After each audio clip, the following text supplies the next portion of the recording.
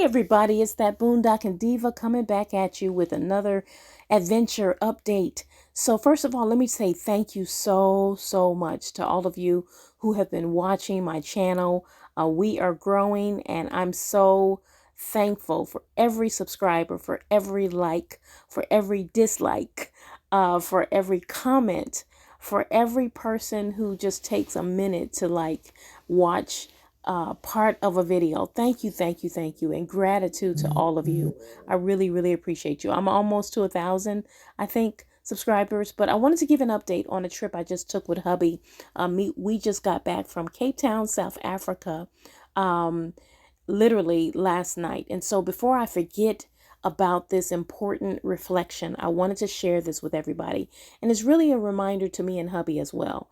When we are doing these international flights, I don't know if you've taken any international flights, but if you have, you know that these flights can be upwards of 10 hours, 12 hours, sometimes 15 hours. We've gone to Rwanda. Kigali, Rwanda is in Africa as well. And so we've taken that trip. And each time we go through Amsterdam, but these flights end up being long. And so what that means is you are sandwiched together with a third person. If you're traveling with your significant other or your friend or whatever, you are sandwiched together in these 3 rows sometimes, and you have no breathing room in terms of stretching out, elbow room to eat. It's hard. We got lucky. We got really lucky. And that's how we came up with this strategy.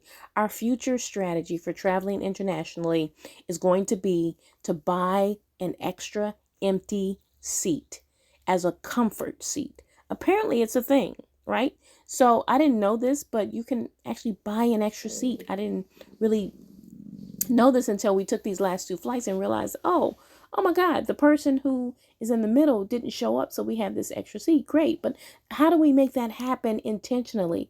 Well, I guess musicians have been doing it forever. They will buy themselves a seat and then buy a seat for their equipment, like their guitar, their bass, or their keyboard, right? So they'll do that and they'll have an extra seat in their name, and that allows them to have that extra stretch out room, have that extra storage room for their equipment, whatever, right? So me and hubby are like, oh my God, we've been trying to figure out a way to, get free upgrades to business class and first class, but we don't want to spend all that money. Just because we can afford it don't mean we want to spend it. Our new goal in life is to be minimalists and not just spend money because we can, but save more, and focus on early retirement. That's our goal. So what we decided is, hey, here's what we're going to do from now on. We're going to buy that extra seat. We're going to so hubby will buy a seat for himself. He'll buy a seat for me. And then one of us will also buy a third seat, and put it in our names. This way it can't be sold. It can't be resold. It can't be given away. It is a comfort seat. It is literally extra room for my hubby to stretch out his legs, his knees. I can stretch out my thighs, do what I need to do. If I want to go to the bathroom 5 times, I ain't got to worry about a third person having to get up and move out of the way. If they're eating, I don't have to worry about interrupting their meal because I got to get up and go. I can be on the aisle seat and my husband can be near the window seat, and we're good to go. We got plenty of room for our carry-ons. We got extra blankets. I can stretch out and lay down on hubby's lap if I want to. So much just flexibility for less money.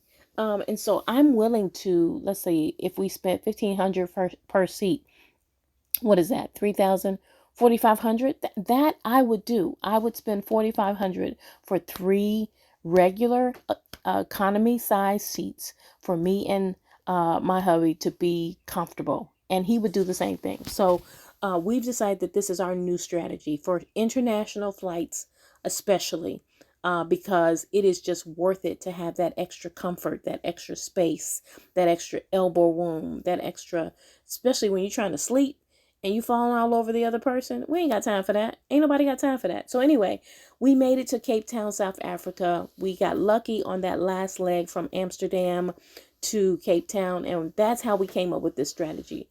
We're not going to be looking at first class and business class. We could, it could be a business write-off if we wanted to, but If we're just paying out of our pocket and not going into debt, we would spend the 4,500 to have that third seat and just enjoy the trip internationally.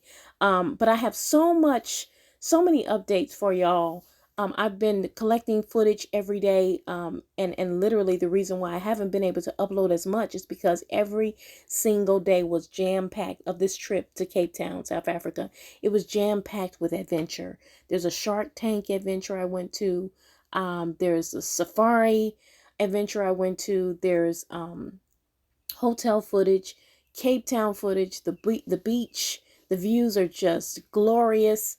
I'm going to be sharing all of that. Some of the people I was able to interview and meet with, new friends, nomad friends. I'm so excited. We traveled with a group called Lux Nomads, and I met so many wonderful people. So I'm looking forward to sharing their stories with you as well. But yeah, look for those updates soon. I'm actually getting on the road. We just got back to Orlando last night, and so I wanted to get this video out to remind us before we take our next trip what our strategy is, but also I wanted to reflect on what we learned. And so this is the first lesson that we learned. But I'm getting on the road to Arizona. I'm headed to a trip, to a group trip with Where is Tiffany? Where is Tiffany is on YouTube, and she is, we're meeting her out there. Actually, I'm meeting someone at the Grand Canyon first, and then we're going to drive to Arizona for this event called Chasm Fest. It's a Halloween event. And so between traveling to that event in Arizona and also uploading all of my adventures from Cape Town, South Africa, I should have plenty of footage for y'all to take a look at. But again, thank you so much for helping me get to 1,000 subscribers. Thank you, thank you, thank you for watching, commenting, and subscribing. I appreciate all of you. All right. Good vibes, y'all.